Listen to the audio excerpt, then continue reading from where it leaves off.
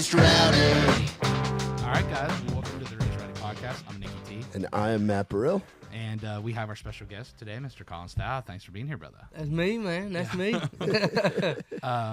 If you're familiar with the Raised Rowdy Podcast, usually we have Kurt here, but Matt's going to be subbing in for us. Thank you for being here, brother. Dude, happy to be here. Yeah. Matt, if you don't listen to all of our podcasts, is the host of Outside the Round, which is another podcast that we do.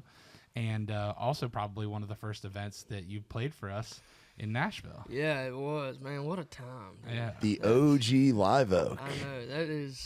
That was just so fun, dude. Yeah. Who was it there? Me, Trey. It was Alex and Trey's birthday bash. Yeah. And it was, Ella was there. Yep. Yeah, that was, whoa, dude.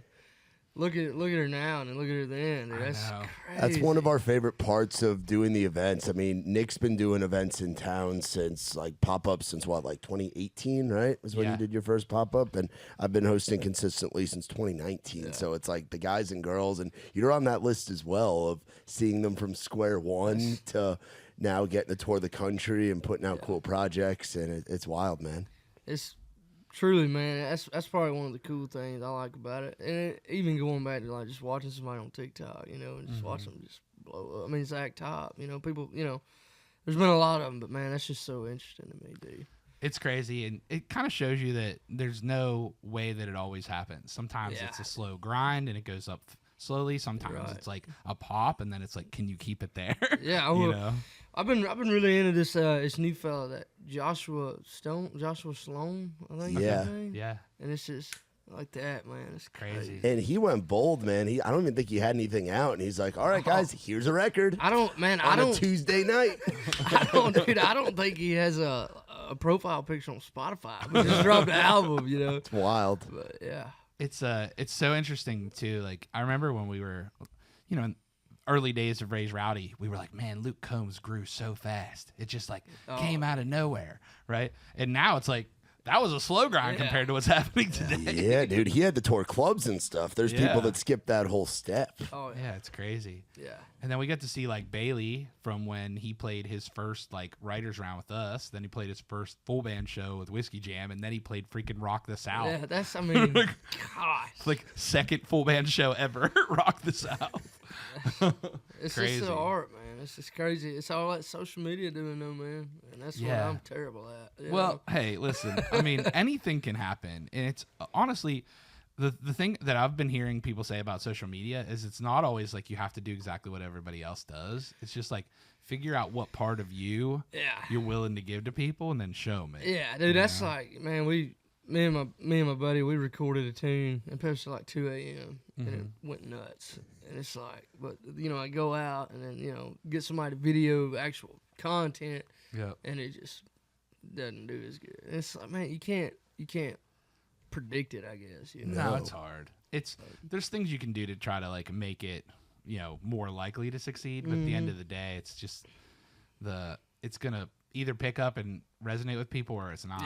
No, you're right, 100%. But I think the thing that you have that a lot of people would kill for is a voice that when you hear you know exactly who it is. Well, man, that's honestly I never believed that growing up or anything, but the more I guess I got older and just kind of listened to myself, I was like, because I don't like listening to myself, but it's man, that kind of is that, and I've heard that's a really good thing to have. 100%. I've had a lot of really good people that I respect 110% tell me that, and that's amazing to hear, Yeah.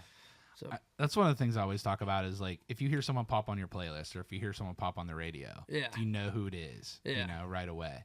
And of course, if no one's heard you before, they won't know who it is, but they know it sounds different than whatever else they heard. Yeah, and that's really, man, what I think will set you apart, and that's all we're trying to do. That's it. Have a good time. I mean, it sounds like a kid from Mississippi. You are authentically you. Yeah, which is why it's working, bro. Man, we were, we was out in L.A., and I was talking to some people, and they're like, how'd you, get the rasp or whatever? I was like, I don't know. I didn't think I had one. I was like, I started smoking cigarettes when I was 12. In the woods, stealing my grandparents' cigarettes and stuff. And You know, I guess that might have had something to do with it. I'm not sure, but yeah, that's one thing that when people tell me that, it's just means a lot to me, man. Yeah, So. I think it's important. And the other thing too is like, I mean, realistically, it's about being authentic. Country music is all, right? And you sing about things you know, and honestly, like songs like $20, which is the most recent single.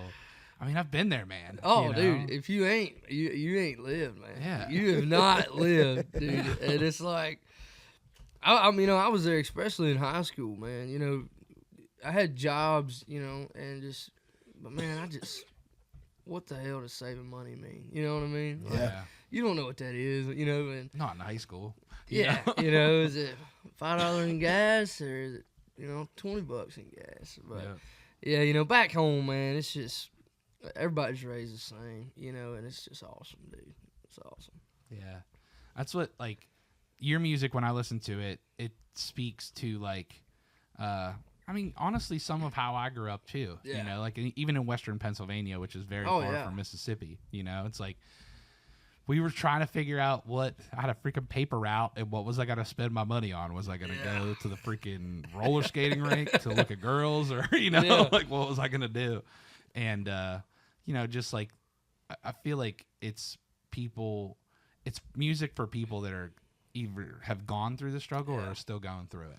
You know, and that's like, personally, like that, I love writing about that, you know, and it's just, I mean, I don't touch on it in all my songs, but, you know, like, you know, I was raised, we were very blessed, you know what I'm saying? We had, you know, huge amounts of lands that we had, you know, access to, and, you know, we just done the whole nine or whatever, and not a lot of people come from that.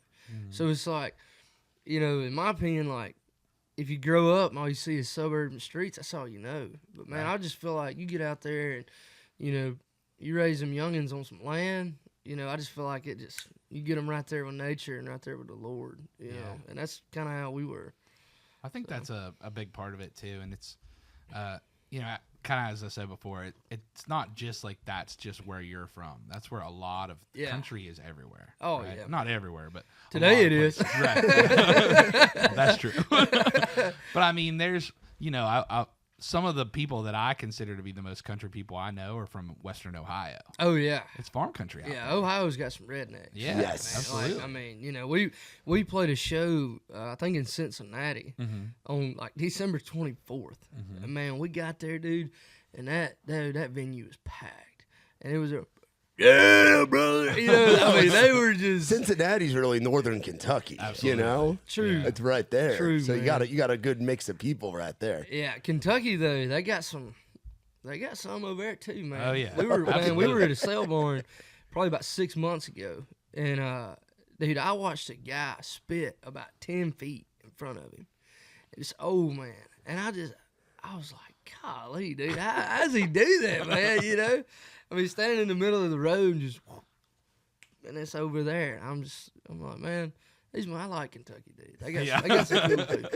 They got some country folks out there. Oh, yeah. Tell us about when you were 10 years old and you went to the pawn shop to get your first guitar, because that's a down home Mississippi country ass 10-year-old thing to do. Yeah, so you know, my dad was like not like a great dude at all. So he would like find like places to like leave me during the day while he went and did his thing, whether it's go to the bar or whatever. So like one time he left me at, you know, Huddle House, and my grandfather had to come get me.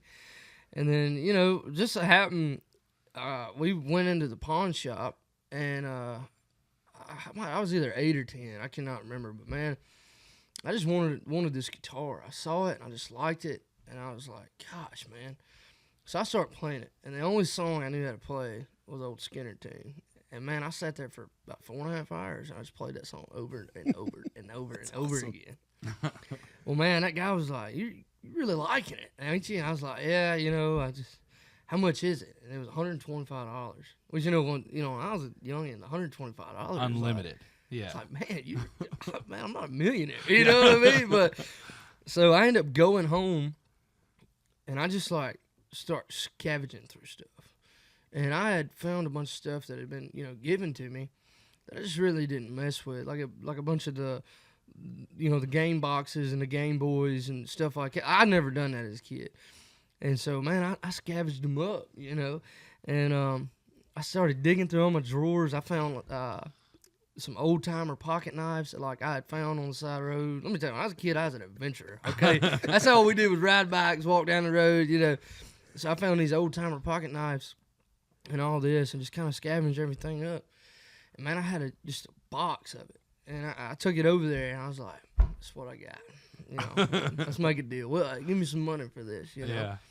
And dude, I think he gave me $105, and I'm like, you know, now that I look back, I'm just like, what an asshole. You know what I mean? Like, but I did, you know. And so anyway, he ended up telling me, he was like, I'll tell you what I'm gonna do. He was like, I'm gonna let you take it home. You just gotta promise to come back and pay me the rest. Mm-hmm. And I said, all right. You know, my dad, he didn't have anything or whatever. And so, well, I was going home, you know, and I get home, man, and I just play and I play and I play and I play, man. Well, dude, my lovely mom, man, she went like the next day or a couple days later and paid the rest. I mean, I run out of stuff to give him. I run out of stuff to, you know, trade. Yep. And she did it for me. And man, like, you know, that I still got it today. And it's on the road with me. And when I got it, you know, it looked brand new. But, you know, now, I mean, that guitar's been with me for a long time, you know, and it's seen a lot of stuff. You know, if it could talk, I'd probably have some time in prison. But, you know, it's just, he's still there. It's just an old Yamaha, $125 Yamaha. But, like, I can't, that's a guitar I ride on. It goes on the road. You know, it's the one that never leaves my side. Yeah. And, yeah, dude, it's... How fitting that the total was the value of your stuff, your treasures was 105. The guitar was 125, yeah. and you just put out a song called 20 bucks that I wrote on that guitar. Yeah, isn't that pretty cool? That's wild, isn't it? Yeah, full circle. That's wild, man. It's crazy. But I love that thing. So that's when the journey started with you, and like it sounds like you knew how to play guitar a little bit before that. Yeah, so I knew a little bit. There was somehow wound it up with this like little miniature guitar, and I remember somebody gave me a book, and I started reading that book, and the first song in that book was Wabash Cannonball. That was technically the first song I learned how to play. Crazy. And yeah, but when I got that, man, it just went on from there, dude. Nuts. So let's talk about your time on Idol too, because that was like a big kind of like pushing point for your the start of your thing growing. Yeah, man. So you know, I was sitting there, 18-year-old. You know, I had this little HVAC job, kind of just for, you know, taxes and stuff like that. But then really on the off time, I was, you know, helping my buds, you know, with livestock and stuff like that. And then, you know, I just quit doing metal fabrication. And, man, I was just kind of sitting there, and I had a buddy, he lived in Arizona, still does, and he, you know, he's on the pipeline. And I was talking to him. I was like, man, you know, maybe that's what I need to do. You know what I'm saying? Because I've just always been, you know, just like had that mindset, like family were just road dogs. I mean, my grandpa, he's almost 70 and still drives a log truck every day, you know. Wow. And before then, you know, he would stay gone, whatever.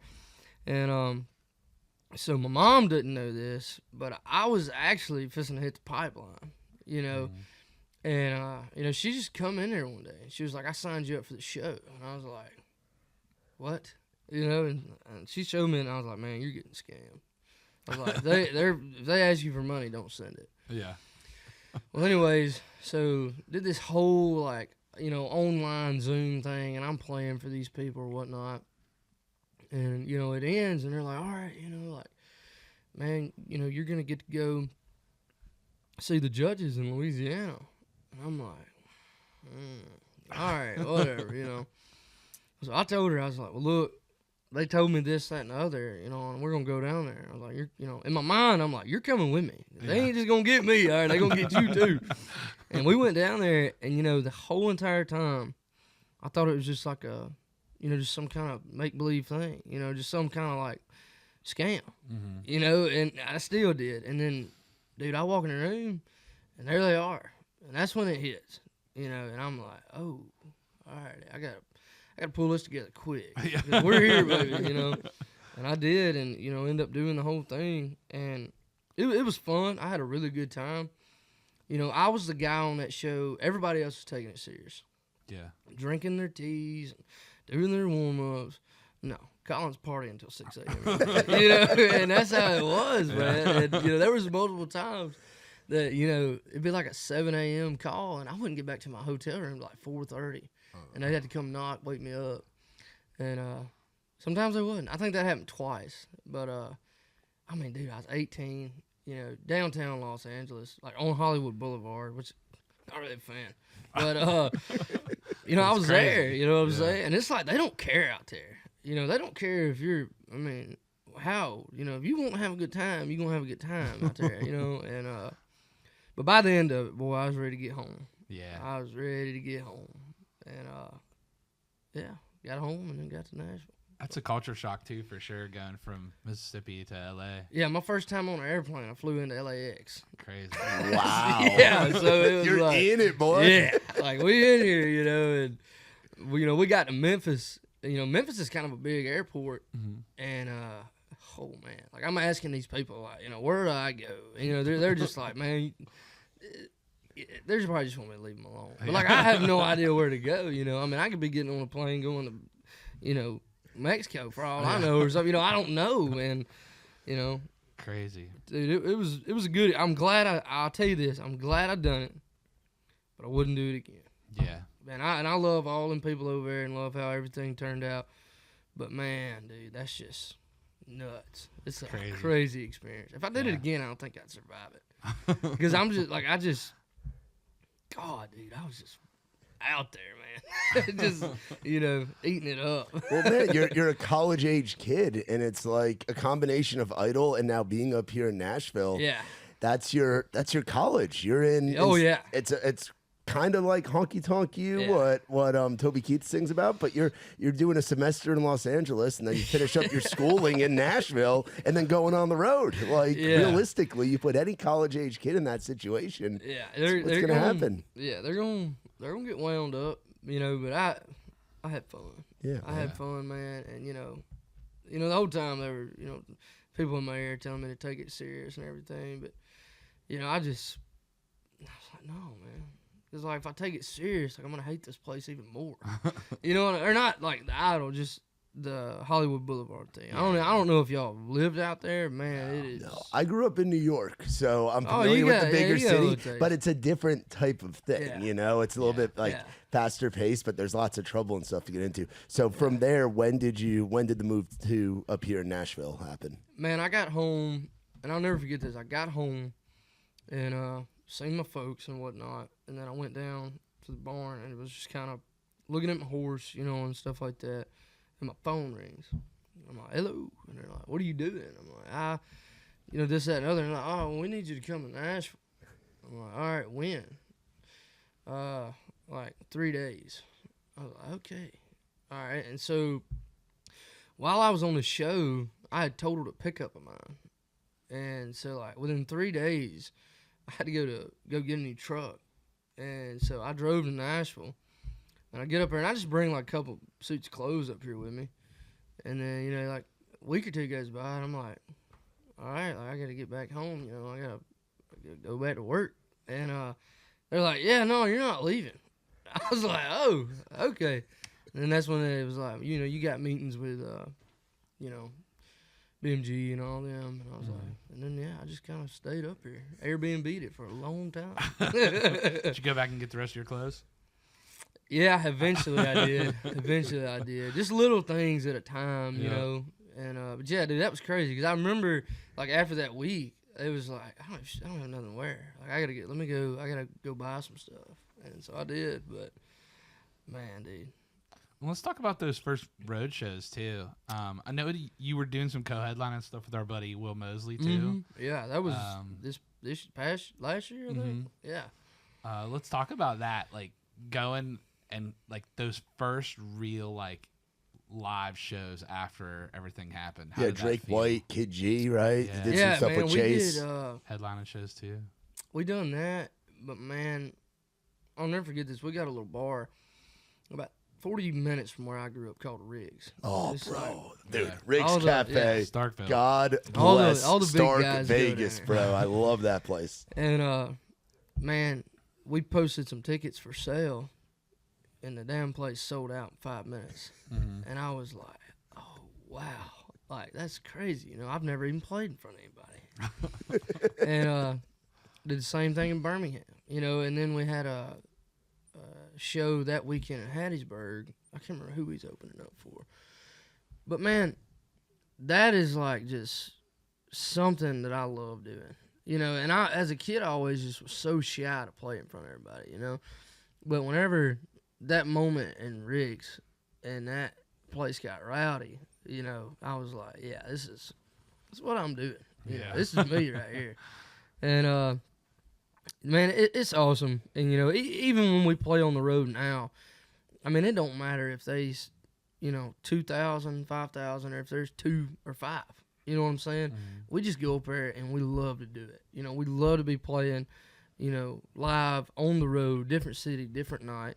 You know, because there's a lot of people here that's trying to do that haven't yet, you know, or haven't, you know, had their time. So we really take every moment just and hold on to it. Yeah. And but yeah, man, me and Will, dude, we had a great tour. It was awesome. Fun stuff. Oh yeah.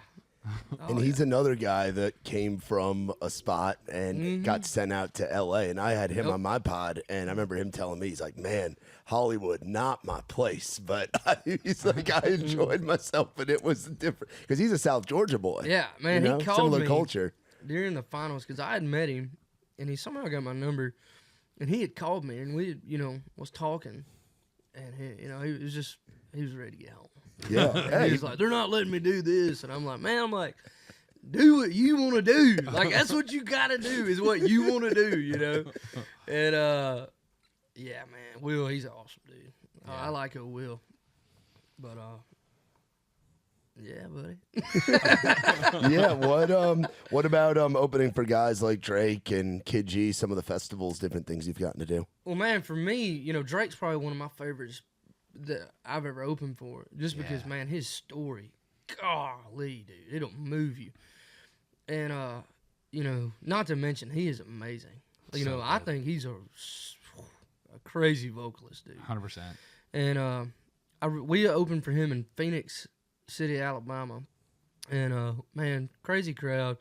We played, and then we watched him play, and it was just, that's kind of like one of them moments, man, because I grew up listening to Drake. Yeah. And, you know, it was like, wow, man, that's cool. Drake always one of those guys that, and I mean, you know, everyone, I don't know if everyone knows, but he had the thing that happened to him. Yeah. So physically, he's not exactly the same as he was able to be before. But I would chase him around for shows, bro. Like, when he was within a 3-hour drive, I would drive to it and watch him. Dude, we probably saw him on the same tour opening for Toby Keith, years ago, like back in my drinking days. So we're going over a decade now. I remember watching him open those amphitheater shows for Toby, man. Like, he was one of those guys that when you saw him open those big tours, you had to get in there early to see Drake White and his guys. Yeah. And that's just, gosh, man, what a dude. Yeah. I don't know if you've ever met or anything, but I've met him a few times, mostly in passing. So damn humble, man. Yeah. He's just so you know, grateful for everything, and I love seeing that in a person. And I love Drake White, man. Just a benchmark of perseverance too. Like, has gone through a lot, and you know, had a record deal and lost it, and you know, a little bit of everything. Yeah, man. And then, but man, I'll tell you this: if you see his live show, you know why so many people come back. Oh, to see him again, you know, I always say, like, it's almost like borderline spiritual. You know, oh, dude, he almost feels like a preacher up there. You know, 1,000%. And that's one thing. Like, I whenever I find, like, I look beyond their music, you know, and who they are as a person and stuff. But man, every time adversity's hit that guy, he's just punched it in the mouth, man. Yep. And that's just so moving, man. So moving. It's so telling of a person too. Like, I mean, listen, life's a roller coaster, especially in Nashville, you know, like in music industry in general. There's ups and there's downs, right? But the key is when you're on that downswing, how fast can you swing it back up? That's right. Yeah. That's 100% right. So I love that, man. That's true. Yeah. What else do you got going on? We got the Opry, right? Yeah, you got the Opry tonight. Yeah. That's sick. So it'll be our second time. You know, obviously love going there, man. Yeah. That's a good place to be. And that we're working on an album. We was in the studio till like 3 a.m. last night. Hell yeah.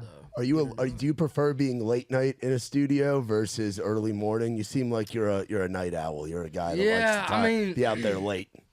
Yeah, you know, I do, honestly. But it's kind of one of them things, man. You know, you get in there real late and then you eat that Taco Bell. Oh, I'm going down. You know what I mean? I'm ready for bed.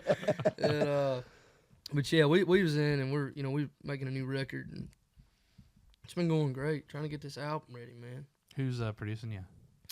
So we actually all the tunes on the album have been produced by my good buddies Philip White and James LeBlanc down in Shoals at Fame. Yep. And that was awesome. And this last record we did last night, it was such a like fly thing, like because we posted this song and then it started getting some traction, and then I was immediately like, well, we got to get in the studio. Yeah. And so we did. So one of my really good buddies, Copeland Colt, is cool. he done this one for me, and cool. we just went in there. You know, my band played on it, and I played a little lead.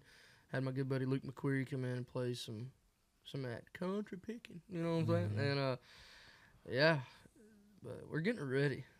We're a little over halfway done now. So I love that. now you can see the finish line. Dude, that's exciting, man. I feel like you're somebody that grew up listening. You talk about playing that Skinner tune when you get that pawn shop guitar, where it's like, as much as you're a country artist, you have a love for Southern rock and just Southern music, whether it dips into that gospel-y side or it dips into that Southern rock, or it's what we do up here in Nashville with the country music. Talk about that a little bit. Well, man, you know, growing up, my grandfather, my father, you know, figure in life was my grandfather. So growing up, you know, we listened to old country, you know, Jones, Vern Godson, I mean, Waylon, all of them guys, you know. But, you know, when he would leave, I'd got that rock and roll on, you know, little Guns N' Roses, White Snake, you know, Zeppelin, Skinner and stuff like that.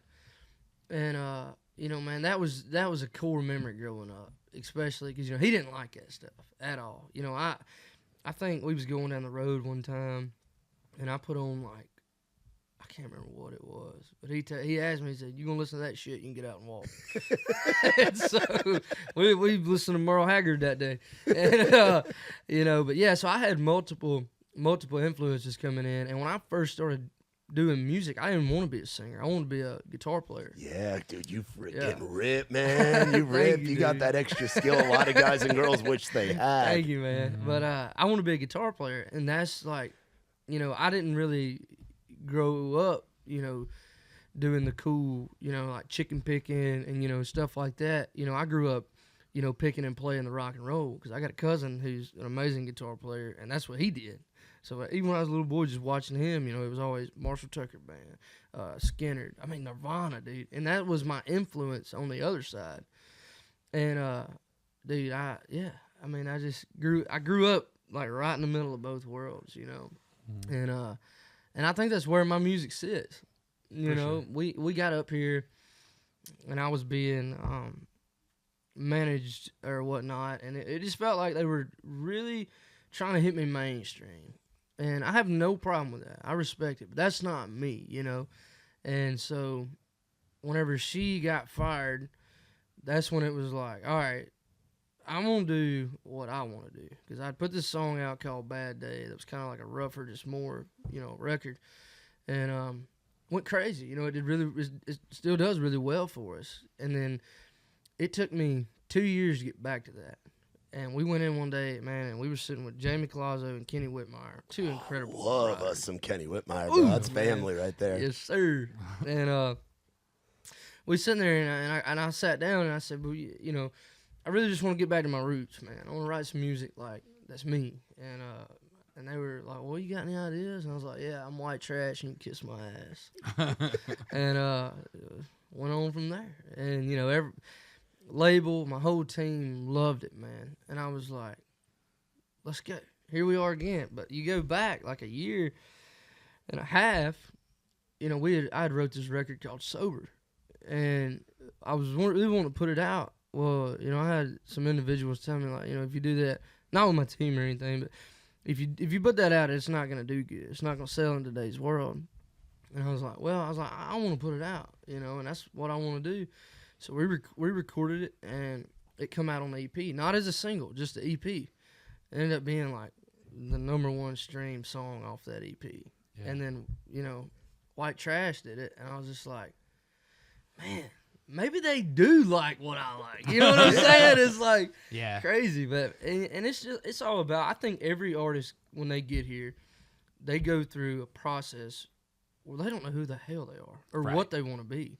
Sometimes they don't even know what they want to sound like exactly. Exactly. Yeah, for real. You know, and that's like, man, you go listen to my stuff. I mean, it's all over the board. But I mean, that's how I like it because like I'm making music based off what my influences was. Yeah. You know, that's like this new album. You're gonna hear some stuff that is very, you know, throwback Southern rock, and then you're gonna hear some stuff that's, you know, kind of older traditional country, and then you're gonna hear some stuff that's just me. You know, like writing that, you know, $20, White Trash Lane, stuff like that. Mm-hmm. And, you know, I like doing it, man. And that's what I like to do. A lot of people, they find something that works and they roll with it. But I had this older feller, he's been in town forever. And he always told me, he said, don't, you know, strict yourself in a genre. You know, he said, if you can take what you do and you can write a song that a bunch of hillbillies like, and then you can write a cool song that a bunch of not hillbillies like, he said, you got it. Mm-hmm. You know, and that's what I do. You know, I love it. Man, I think that's an important part of it too. Is so like, I mean, what I'm hearing you say is the stuff that means the most to you is the stuff that works with the fans, right? Yep. That's normal. Yeah, right? and I didn't know that, man. Yeah. When I got here, everybody was like, it's got to be relatable. It's got to be relatable. You cannot be too specific about what it is. It's got to be relatable. And then I done it for a little bit, you know, and I got records out that is that. But then you go back and you look, and it's like, man, I got a song that the first line is, boss pissed me off, so I flipped him a bird. I mean, come on, man. Like, does a lot of people do that? Probably not, but I did, so I wrote about it, and they loved it, man. But a lot of people want to do it. You know what I mean? Like, that's really what it comes down to, you know? Yeah, and that is relatable, just in a different way. Yes. Yeah, and that's like, even when, one thing I love about it, you can look at everybody now. Zach Top, this South Side of Sandy, playing a rodeo, Montana. He's singing about being on stage and being a country musician, like getting his heart broke. That's why I take it. You know, everybody that listens to it is not a country musician, but they love it. You know, they like it. I love it. You know? Oh, that's it, man. I mean, music speaks to people in ways that so many other things can't. You know, it's like insane. It's an international language. I mean, sometimes a song will take off and people don't even know what the words mean in other foreign countries, you know, but for me, it's always been about like how it makes you feel, right? So like flicking the boss off makes you feel a certain type of way, right? Yeah, man. Only having $20 in your pocket and worrying about getting to your girl so that there's not someone else there, you can feel that energy, dude, you know, coming from the song. And that's like, you know, when you ain't got nothing else, you got music. You know? And that's what I've lived by my whole life. You know, because music pulled me out of some dark places, man. And gosh, dude, it's just, I love music because that's like I was telling my buddy last night. I was like, man, it's like the only job you can do that like you can't cap out on. You know, you can never stop learning about it. Yeah. And so, big respect there. Yeah, dude. When you were talking about like singing songs and people were, you're talking about like being a redneck, being a hillbilly, takes me back. I remember there was a video, it was actually back in your neck of the woods. It was Justin Moore was playing an arena show. It was years ago. It was on YouTube. And he was playing a show and he said that somebody said that his songs are just for hillbillies or whatever. And he's like, yeah, I'm a hillbilly. Of course these songs are for people just like me. And we got some hillbillies in Huntington, West Virginia, and the crowd went wild, man. Is there something to be said for singing songs for guys and girls that come from where you come from too? You're right. You're, I mean, 110% right. You know, and that's like record we got called Promised Land. It just talks about, you know, 278, Red Hill Road, Calling My Name, Bartahatchee, all that stuff is like right beside my house. You know, and a lot of people's never even been there, but the song still does good. I just, you know. They have their own 278 in their small town, you know? Yeah. Oh, yeah. Yeah, it's, I think that's an interesting thing. And honestly, for me, the songs that almost feel the most specific or the most relatable for me. Yeah. You know, as opposed to if it's just out and kind of general, you know? Yeah. Yeah, no, I mean, you're right. You know, and like me, like when we write a song, and one thing that people know about me now, and they have ever since I got here, like when I write, like it's not like, all right, guys, like let's write a radio song today. Like, I'm not like that, because then I feel like you just limit yourself, And radio is a great thing for artists. It truly is, but I just feel like if you go in with that mindset, then you just limit yourself, because I feel like me, like when I write, simplicity is key, man. And I feel like the simpler it is, the more it's just like straight up. You know what I'm saying? And I mean, like, if you look at like White Trash, I went to jail on a Sunday, or I was supposed to be at church. Like, this just like, you know what I'm saying? And it's just simple, man. And we didn't even write that. When we wrote that song, I literally looked at Jamie. I was like, yeah, that'll be a radio song. And then 3 months it was. You know what I mean? So it's like, what? It's crazy how that works sometimes, though. Thank everybody that made that happen for me. But so it's all about what hits. And I mean, you talk about like you're not good at social media, but your songs are. You know what I mean? Oh yeah. Like they hit home. Yeah. There's different ways to do it. Yeah. You don't have to dance on the screen and do what everybody else does. That's not. People would know that wasn't you if you were doing it. Yeah, that ain't me. Right. And you say that you don't think you're good at social media. You got almost 200,000 Instagram followers. Yeah. That's pretty freaking good, bro. Yeah, I mean, but like, and that's, true. But like, I'm not like just the guru. And that's like, man, I'll have people like, well, man, try posting 5 times a day. And I'm like, no. People don't want to see you. That not only that, but I don't want people to see me 5 times a day. You know what I'm saying? Yeah. Like, and also too, like when I grew up, we wasn't real big. Cell phones wasn't like that wasn't what you did where I'm from.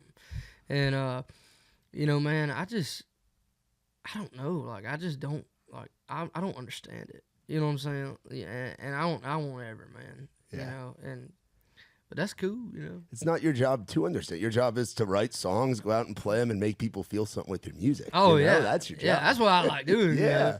But content's got to come with it. Social media got to come with it. Yeah. I get it, and I understand it. And I'm not like just a terrible person to work with, hard all the time when it comes with the social media. But, we do them videos, and then I got a guy, he helps me with my social media, and it's just like, he'll send me the stuff like, you care if I post this today? And I'm like, go ahead, man. Yeah, man. I mean, it's like you looking over it real quick. It's like you just with a guitar singing. It's you hanging out in the bar. It's you doing country shit. I mean, that's you. That's all that's me. Into your life. Yeah. All that is me, man. Yeah. And honestly, it's a blessing to be able to have someone that can help you show it. Oh yeah, dude. Yeah. It's content guys. Yeah. Shout out to all the content guys out there, man. Well, now, dude, my lady. So, like, when I'm back home, we're doing back home stuff. I'm not really doing, music and whatnot. So, we're, hanging out with friends, working horses or, working cows or something like that. And she's so awesome about just capturing them moments. Because people like seeing that, too. They love seeing your personal life. Yes. 100%. And she's awesome about catching that, And, man, that makes my life a lot easier. Yeah. If you leave it to me to video it, ain't going to happen. You know what I mean?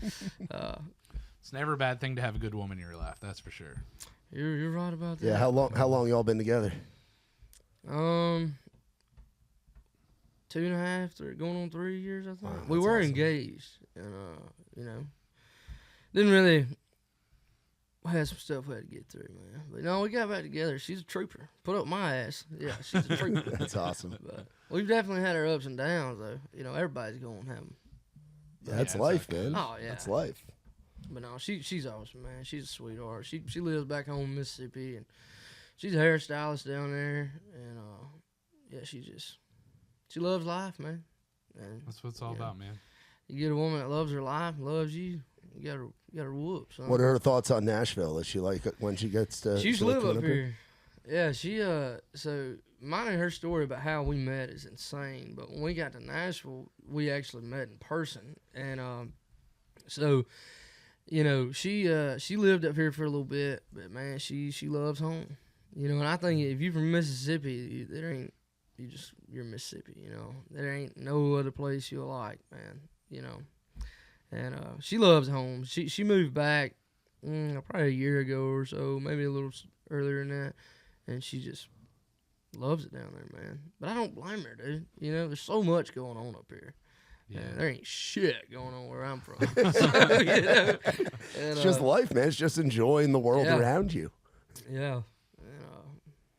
Well, I mean, listen, Nashville's not for everyone, that's for sure, right? You're right. In the music industry, it makes it a little easier being here, at least until you get everything really, really wrong. Oh, yeah. You know, but, I mean, dude, living the way that you want to live is an important part of it, too. Oh, yeah. You know, you're 100%. Which, I mean, there will be a time where I do move back home, you know, and then just, you know, make it like trips up here and stuff like that. But, you know, right now, man, I was going to at the beginning, I was going to in September. And, man, I just prayed and prayed and prayed about it, dude. And it was just something telling me, man, just stay up there just a little bit longer, you know. And because, like I said, my hometown got 73 people in it. You know, we're tiny. I can't even fathom 73 persons. Oh, that's down, it, man. dog. That's it, man. And about 20 of them are my family. That's and, crazy. You know, it's just. I had this on Do Not Disturb. Yeah, Do Not Disturb's not working for me either. I've been buzzing over. But yeah, I'm gonna get home someday. But I just felt like the Lord told me I need to be here for a little bit. And so I ended up, you know, picking up, moving closer to town because I used to live hours south, living closer to town, and so. Where an hour south? Because I lived an hour south at one point. I was in Chapel Hill. I was in Spring Hill. So okay, I was down you was my neighbor. I was Murray County boy for a little while. Yeah, man. But, you know. Man, there is something special about Nashville and just like how many people are pushing here. Yeah. It like almost gives you something, energy, right? Yeah. You see someone else pushing hard and you're like, damn, I got to push hard. Oh, yeah, man. And that, you know, that's like, you know, one of the things that I look at, you know, first job, 13, you know, went working cash, doing metal fabrication and stuff like that. You know, that's one thing I grew up with was work ethic. You know, like I said, my old man, he's 69, 70 years old. I mean, he woke up, we played at Rick's again the other weekend. He woke up at 11 p.m. and drove a log truck till 2 p.m. just to make it a show. You know, and that's what kind of people we are. And, you know, I just feel like if you come up here, man, and you have whatever you want to do just drilled in your head and you got a kick-ass work ethic, you know, I think you'll make it far. And that's why I hate when people hate on other artists, you know, no matter what they do. You know, it don't matter, whatever. But, man, them guys, I mean, it don't matter who it is. Wallen, you know, whatever. You can't hate them because they didn't get up there and not do anything. You know, they had a good work ethic, and they were set that that's what they're going to do. And I remember the Bailey Zimmerman stuff, you know, and when all that was going around and you know, whatnot. And I met him at Austin's house, and, you know, me and him rode in the car together to lunch, we ate and stuff like that. And then, you know, that guy, his work ethic is insane. He don't stop, bro. No, sir. He does not. But, yeah, you know, and I feel like if you surround yourself with people like that, you'll be good.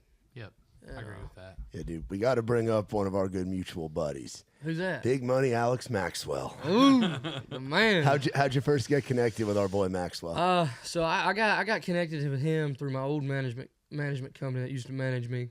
And, man, me and him went in, and, you know, we just started hanging out. We just hit it off, you know. It was me, him, and Dawson Edwards. Oh, bro. And, we love us some Dawson. Man, me and Dawson boy. are really good buds. Oh, me and Maxwell still. And I'm writing with him tomorrow, actually. And, yeah, man, we hit it off, man. We wrote a crazy record. And then, you know, Alex started producing some of my stuff.